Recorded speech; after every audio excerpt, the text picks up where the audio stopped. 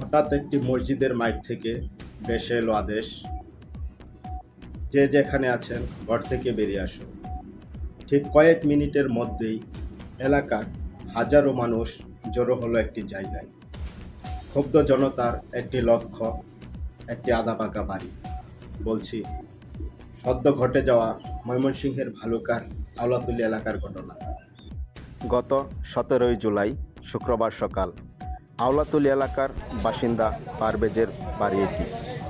ক্ষুব্ধ জনতার আধা ঘন্টার তাণ্ডবে ভেঙে গুঁড়িয়ে দেওয়া হয়েছে বাড়িটি। উঠানে এনে জমানো আসবাবপত্রে ঢালা হয়েছে পেট্রোল। মুহূর্তেই দাও দাও আগুনে সব পুড়ে ছাই। কিন্তু কেন এই তাণ্ডব? কেনই বা জনতা এই বাড়িটির দিকে নজর দিল? কেনই বা জনতা মব জাস্টিস বা আইন নিজের হাতে তুলে নেওয়ার চিত্রই সেখানে ফুটে উঠল?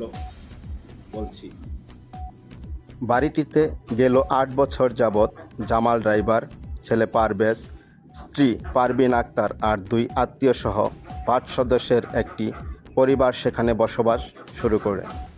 কিন্তু বসবাসের পর থেকেই এলাকাবাসী তাদের ভিন্ন চোখে দেখত।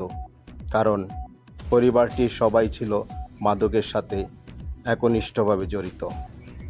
তাদের ডেরায় দিনরাত চলত ইয়াবা, ফেন্সিডিল এবং গাঁজার উন্মুক্ত বেচাকেনা। মাদকের আড্ডাকে কেন্দ্র করে এলাকায় চুরি, ছিনতাই এবং ইফটিজিং নিত্যদিনের ঘটনায় পরিণত হয়েছিল।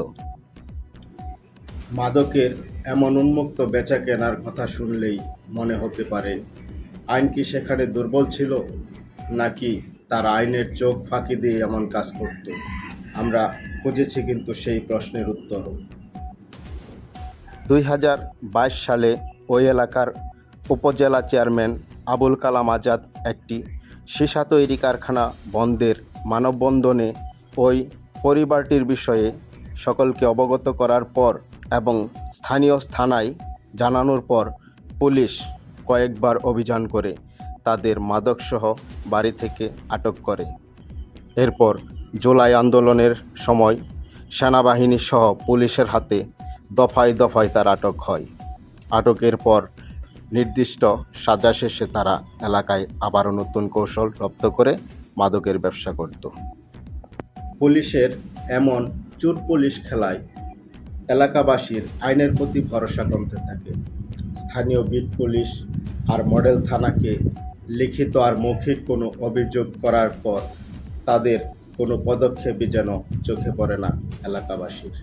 বারবার তাদেরকে অ্যারেস্ট করে নিয়ে আবার 1 সপ্তাহ পরে চলে আসে।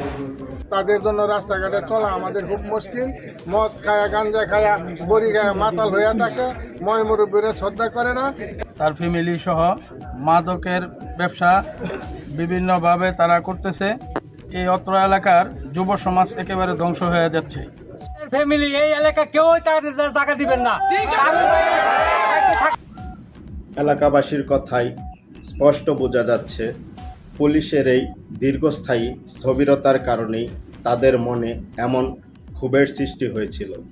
তাই তো ঘটনার দিন ক্ষুব্ধ জনতা পারভেজ ও তার পরিবারের বাড়িঘর ভাঙচুর সহ তাদেরকে কিন্তু পুলিশে হেফাজতে দেয়। আর পুলিশ জানায়, ঘটনার দিনও পারভেজ ও তার মায়ের কাছ থেকে উদ্ধার করা হয়েছিল বিপুল পরিমাণ মাদক। আগের মামলা আছে, মাদক ব্যবসা করে 1 মাস আগে ওয়ারেন্টে চালান দিয়েছিলাম। এই যে ইয়াবা বিক্রি করে মসজিদের সামনে ওদেরকে পাইছে, ওরে পুলিশ ধরছে। ক্ষুব্ধ জনতা সেই দিন পারভেজের বাড়িঘর ভাঙচুর করলো, তাদেরকে পুলিশে হেফাজতে দিল।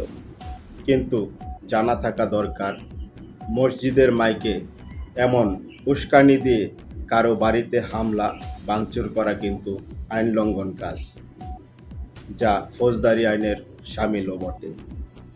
অপরাধী যতই অপরাধ করুক না কেন, তাকে শাস্তি দেওয়ার বিধান শুধু রাষ্ট্রেরই রয়েছে। যদি জনতা সেই আইন নিজের হাতে তুলে নেয়, তবে এলাকায় নৈরাজ্য সৃষ্টি হবে, অনেক মানুষের জীবন সম্পদ বিপর্যয়ে পড়বে। Music Studio.